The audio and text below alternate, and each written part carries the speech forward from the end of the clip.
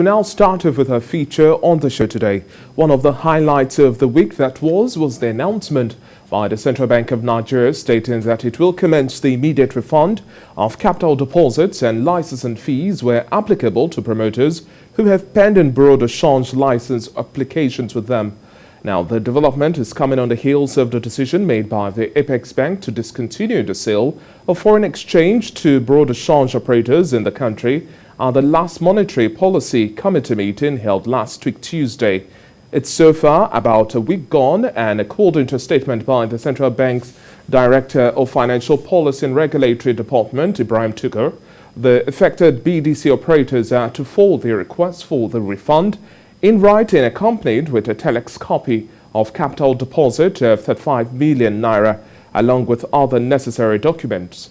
He also says that all deposit money banks have been directed to stop accepting instructions from customers to transfer capital deposit of 35 million naira to the designated CBN account for the purpose of applying for BDC licenses. Joining me now live via Skype to discuss this and much more, I have Dr. David Oke, Development and Macroeconomics. Good to have you on the breakfast show this morning. Mr. Labi. Now, it's almost a week gone so far since we've seen the move by the Central Bank of Nigeria to ensure that we have the discontinued sale of forex to bureau de change operators and also halting of license issuance. How do you think this is also going to affect the market, really? The question is, what's next? And is this a harsh stance, still going by the rule that the CBN has the oversight function to monitor activities? Hence, it's not enough to throw all of the blame on the BDCs for the recalcitrant and other languages used to describe their mode of operation so far seen that has led to this move. Yeah, thank you very much. The BDC, abuse has been quite huge.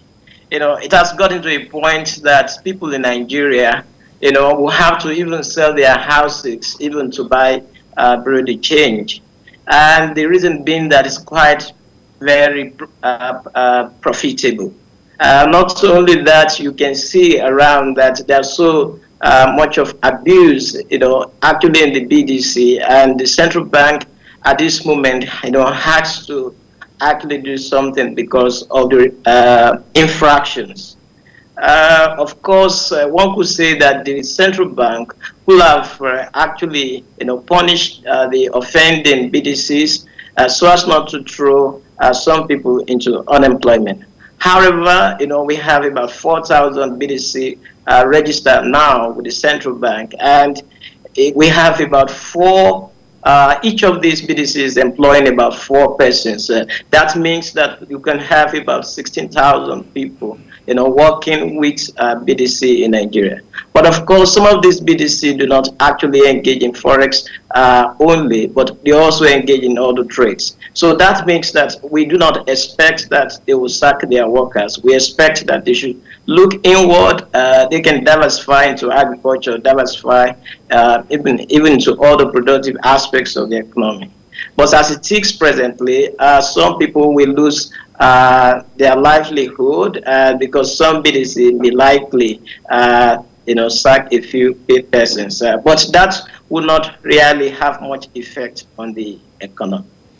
And according to the governor of the Central Bank of Nigeria, he also says that commercial banks and other financial institutions that would also receive the forex and then ensure that importers, exporters, those who are who apply for forex and meet the criteria are also able to access this. But we've also had reports where banks have not necessarily had the best disbursement in terms of forex allocation or access because of limits and a whole lot of that. How do you think this would also twist the narrative for those who, especially within the lines of manufacturing, importing and exporting raw materials? Forex is critical to this segment of the market, wouldn't you say?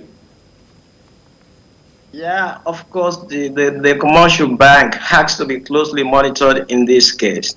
One of the problems we see with commercial banks is that they tend to make huge profits at the expense of the people in the economy. For instance, if you look at how much the banks charge, even on accounts maintenance, is quite huge, even to the salary owner. So one can think that is central bank not actually allocating profit from the BDC into the commercial banks, as people have found it difficult to actually, get access or get forex, that is foreign exchange, from the commercial bank. So what the central bank needs to do presently is to closely monitor the activities of the commercial bank and ensure that the commercial bank actually meets the needs of the people, because we shouldn't have a place where we have a deeper black market in such a way that the commercial bank then begins, to sell to the BDC, and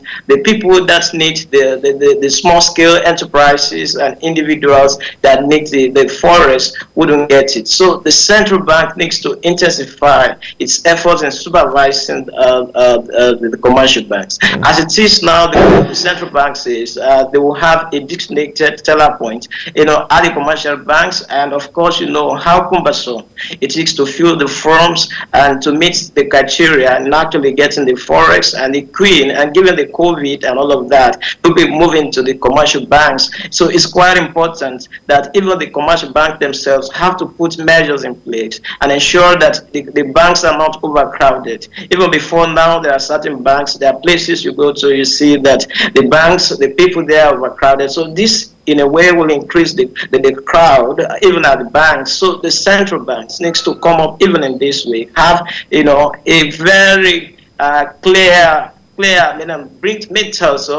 give us rather a clear picture of how the commercial banks will actually carry out these activities. We'll continue to keep our fingers crossed and see how the Central Bank of Nigeria and commercial banks also deal with issues of lingering forex scarcity and also the sharp fluctuations we've also had in terms of the performance of the Naira against the greenback and other global currencies. Thank you very much for your time on The Breakfast Show this morning, Dr. David Oke. It's been a pleasure speaking with you.